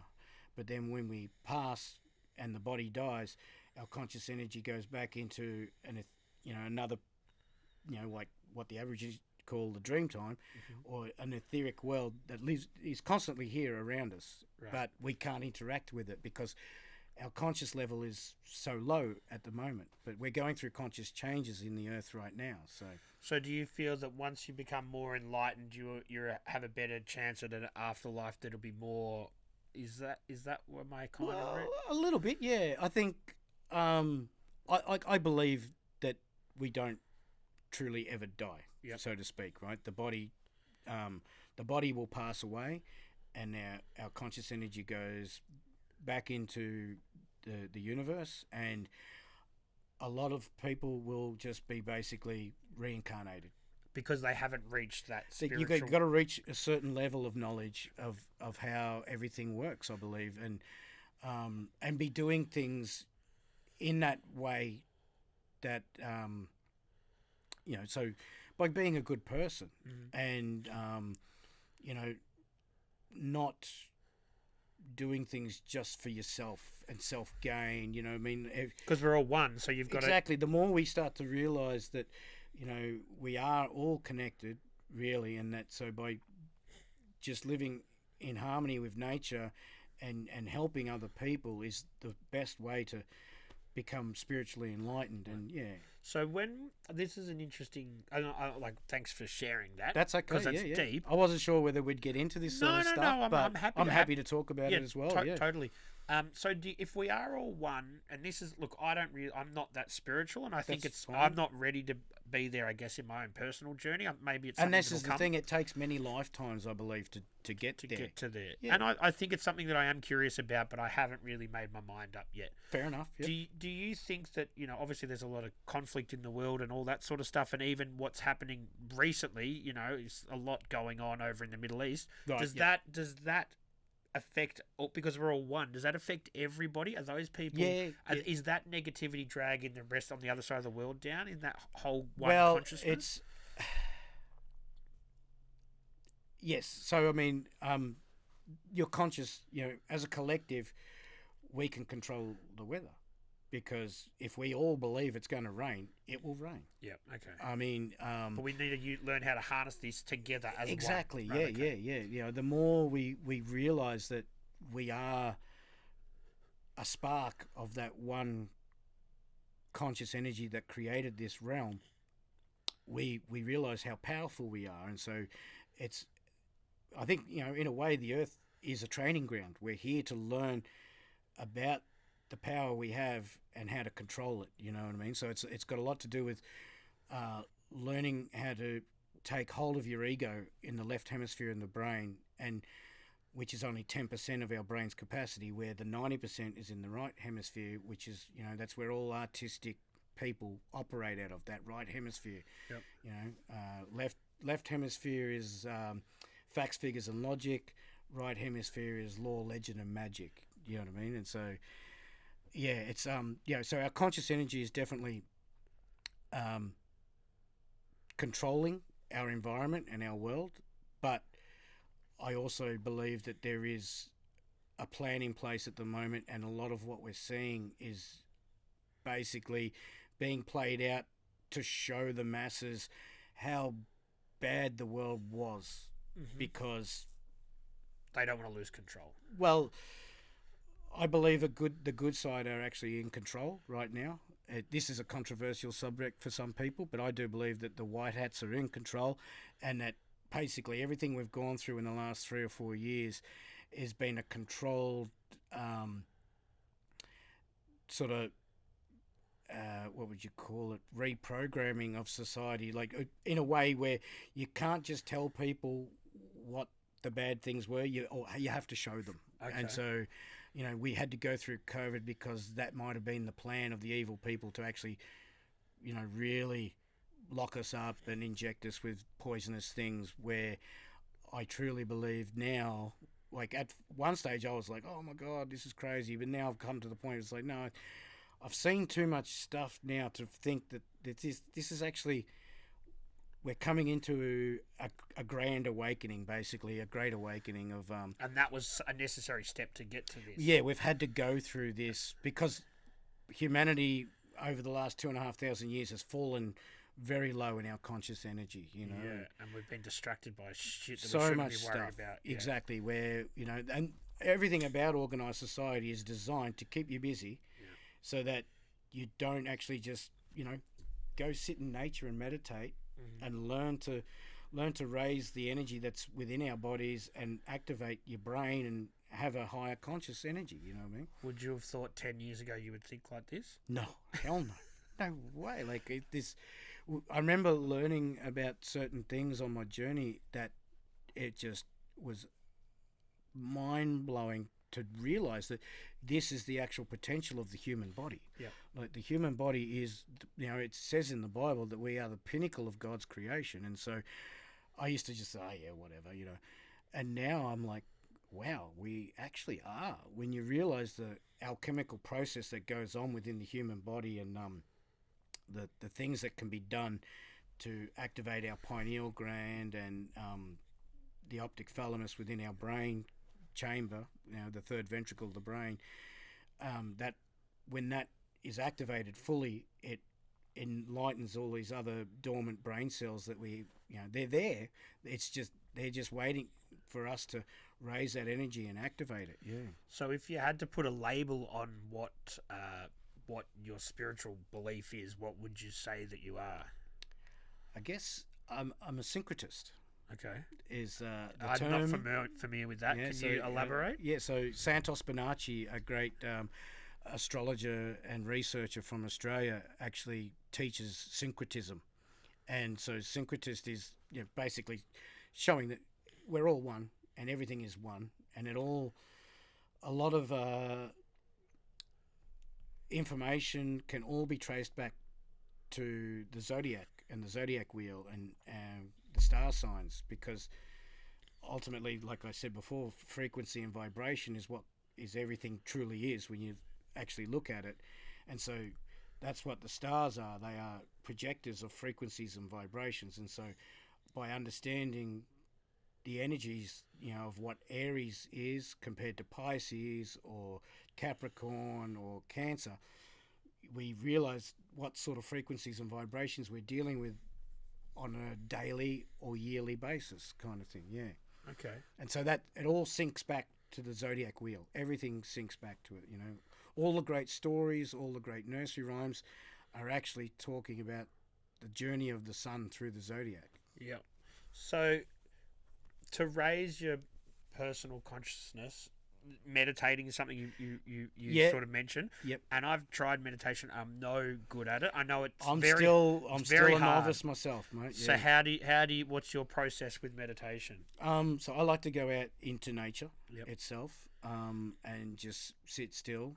I do a breathing technique called alternate nostril breathing, and so you block off one nostril, put a finger on the forehead where your third eye would be, kind of thing, and then, you know, just inhale, swap over, exhale.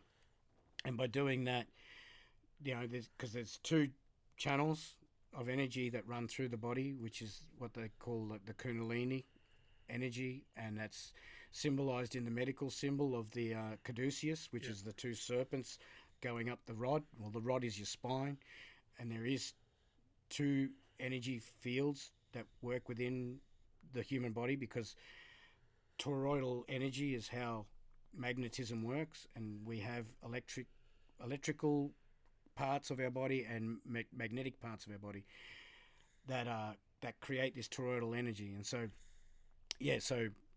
by alternate nostril breathing, we bring into balance the energy within inside, and that helps to just bring your focus back to center, and then just sit quietly and focus on my breathing. Nostril breathing, like we should never really be breathing out of our mouths. Yeah. Your mouth is not designed for breath. Your nose is. And so, yeah, by training yourself to breathe through the nostril and then putting your tongue up against the top palate of your mouth, I believe what I understand there is that it makes an actual, like a circuit connection electrically between your body. And so that's another thing, you know, so tongue pressed up against your mouth, and then just focus on deep nostril breaths. And you know, the Buddha, the Buddha's got a fat belly because he's teaching you, not because he's fat, but he's teaching you to use your solar plexus for your breathing and not just breathe through your chest, So, so deep belly breaths, And then just zone and try and focus on one thing, or I just stare off into nature and I do sun gazing, a lot of sun gazing, you know. And we were told as kids, you don't look at the sun. Yeah, it's like look, to just turn around and look at the midday sun is not the best. But the first 45 minutes in the morning and the last 45 minutes, everyone likes to go watch a sunset, right? We're drawn to watch a sunset or watch a sunrise. That's because we're actually meant to. We're actually meant to sit there and get that photonic light into our eyes, because a lot of blood runs through our eyeballs. And so the photonic light from the sun radiates the blood and energizes the body. Yeah. There you go. And what about from the diet perspective? You think that fruit is the way, and meats, so even raw meats and that sort of. Yeah, no, we need to stay away from flesh. It's been given to us by the evil ones to keep us, because they know by feeding us acidic foods, it keeps us in our lower chakras and in our lower conscious energy. Yeah. And that's part of what's been happening to humanity for a very long time, So you think just the fruits and plant-based stuff? Yeah. And so now when you're doing, I know that you've done some juice cleanses and that sort of thing. Yeah, I'm actually 42 days into a juice fast right now. 42 days? Yeah. Nothing but juice? Nothing but juice, yeah. How do you go with that, man? I feel amazing. What kind of juices are you consuming? I like... how long do you plan on going for? So 42 days is a long time. Yeah. I've got a friend over in Perth who did 99 days.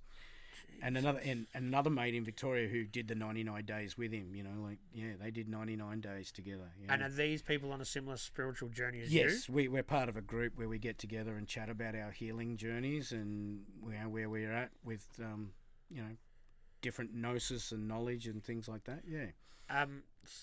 Let's go back to the juice, man, because watermelon is really good. I've discovered that I love rock melon.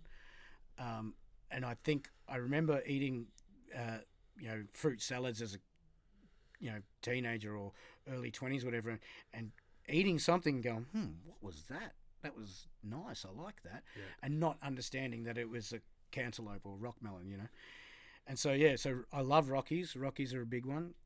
Carrot juice. I love carrot juice. Yeah. That one's really good.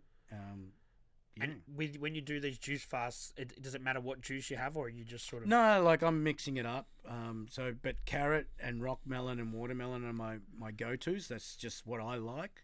And how much are you consuming of that a day to... So probably between 4 to 6 litres. I know a lot of guys, and that's just because of my financial means. That's how much I can probably afford to do. If you go on YouTube and look at some of the guys that are right into the juicing and stuff, they'll say you need at least 8 litres a day. Wow. Yeah. Do you get sick of it? Well, it was hard to get started because I was, we're so... I've done some short fasts, 3 to 6 days, but I wanted to commit to a long one because I know once you get past the 30 to 40 day mark, that's when the body starts to go, okay, so we're not consuming anything. It's time to clean house. It's time to start flushing things out. And so I want my intestines to clean out. I want my kidneys and my liver to clean themselves out. And so the longer I can go, the more chance that can happen, because this is part of the conspiracy that we need to eat 3 meals a day, right? Because they know that by keeping the body busy digesting food, it can't do the repair work it needs to do. Right. So the longer, that's the whole idea of intermittent fasting, is that the longer you can go without solid food, the longer the body has time to do repair work. And that was one of the big helpers with my weight loss thing, was the intermittent fasting. Once I started that, I started to lose a lot more weight because the body had more time. So if I'd ate a big meal and then go to bed, the body's going to work on... As soon as you eat food, the body's energy and focus is digest that food. And so any other jobs that the body feels that it needs to do are all on hold, you know, and this is why people can't heal, you know, from any sort of disease that they have. Yeah. Do you feel that your energy levels are low if you're not eating, or you get enough from the juice? I get enough from the juice. You still go out and skate, do all the same shit? Yeah, been skating. I don't feel any lack of anything, really. In fact, I feel more energy. Right. And do you crave food? A little bit. I'm looking forward to breaking the fast. Yep. But I have been encouraged to keep going because I am feeling good and I haven't had much issues with it. You know, a little bit of, you know, getting real itchy on my skin, which I know, like, your skin is another filter, and so hence I'm detoxing through my skin. Yep. And even without having the booze, your skin must be a lot better. Like us guys, especially with a bit of the ginger or whatever, the skin can get really red. Yep. Did you notice that just cutting the booze out? So by switching to an alkaline diet and keeping the body alkaline, I've learnt that sunburn is because there's acidity within the skin. Okay. I've learnt now that I can spend hours out in the hot sun and I'll go red, but I don't feel a burning sensation at all. Yeah. You know, and the redness will heal within 36 hours. You know, like. What do your friends and family that aren't on this journey but have seen it with you? What do they think that the fasting is pretty nuts? Yeah, I guess so. But you're on your. I'm doing my own thing. I know my mum and my sister and my brother. They're all like, yeah, well, you're doing your thing, whatever. When you hang out with Jaff and you go skating and you tell him you haven't eaten for 40 days, is he like, are you crazy, man? No, he kind of, me and Jaff have, you know, really talked about a lot of this stuff over the last few months, and yeah, he's getting it. He understands where I'm coming from, and but I know, you know, he's not ready for that sort of commitment with his food, I think, you know, and whatever. But it's a daunting thing for most people. Yeah, it's a big thing, but for me, it was like I had to do something, and when I did make that decision to do something, it's led me to learn these things, and it's just like, okay, I guess this is where I'm going. You know what I mean? Like, and you feel that you're going to get a lot more longevity out of your vehicle, your body. That I plan on living for hundreds and hundreds of years. Years, well, there you go. You know what I mean? And how long can you skate for? Because you're 50 now and you're skating still. Yeah. And your body's holding up okay. Feeling great. Feeling the best I've ever felt in years. Yeah. Knees is a tough one for most knees can get a little sore sometimes, but I mean, the more I look after myself, the more the body will heal. You know what I mean? So yeah. When you bump into people now and you tell them you're drinking juice, you're not drinking beer, do they go, "Oh, the VB man can't just drink juice"?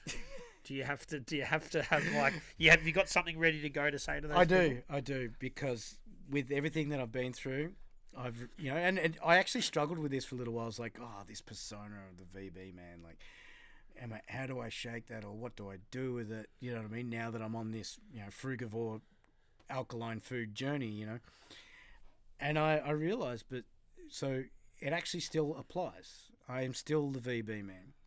I'm just trying to be the very best man I can be. There you go. And that's a great thing to say to people. Yeah. And has this not got in the way of you socializing and that sort of thing? A little bit. The more I go into my spirituality and cleanliness of the body, I'm less interested in those sorts of things. Yeah. You know, hanging around everyone when they're getting drunk, I can sort of see it now. I was like, oh wow, you know, like, oh damn, you know. It's sort of like, yeah, and it's sort of hard to be around sometimes. You know? But I'm getting there. You know what I mean? Like, it's, at first I didn't want anything to do with it because I thought I might slip up. Yeah. But now I can hold myself and be around it. But it's tough to be around too, because I know what they're doing to their bodies now. It's like, oh man. And I guess you kind of reflect, like, I was that person for a long time. Yes. Yeah. Oh, that's awesome that you've met. Look, a lot of people that are sort of I'm a little bit younger, but our sort of age and a bit, you know, your age and stuff. A lot of people have stopped drinking, like, for various different reasons. Yes, yeah. And that's something I think 10 or 20 years ago didn't happen that much. No. You know, Like even, and obviously you still probably think it's pretty poisonous, but the zero alcohol beers, it's a good way for people to Yeah. still do that Aussie thing of going to a barbecue, Yeah, yeah. and it's a step in the right direction. I That's guess. it. Yeah, I guess. I mean, I believe it's the alcohol that creates the acidity with beer. And that's my whole thing is like it's not about being mean against drugs or alcohol. It's like it's for that whole purpose of keeping the body alkaline. You know what I mean? Because that's where true health is in alkalinity. Yeah. So if anyone wants to dig more into what you're doing, what are they going to look up? Yeah, so like raw vegan. Not that I like the word vegan very much, because there's a lot of connotations with that. With all these fake meat products and whatnot. But yeah, I guess just look into juice fasts are a great way to cleanse the body. And just start with 3 days or something. Yeah, just do whatever you can. Anything, any length of time can definitely benefit the body. That's for sure. Yep. Yeah. Now, before we start to wrap it up, we still have to go back to skating, and you've definitely helped a lot of skaters along the way. Who are some people that inspire you, or you look at them skate now and you think, I was glad to sort of be a part of their sort of journey? Well, there's so many people, really. I guess. Like obviously, Jaff and Anton.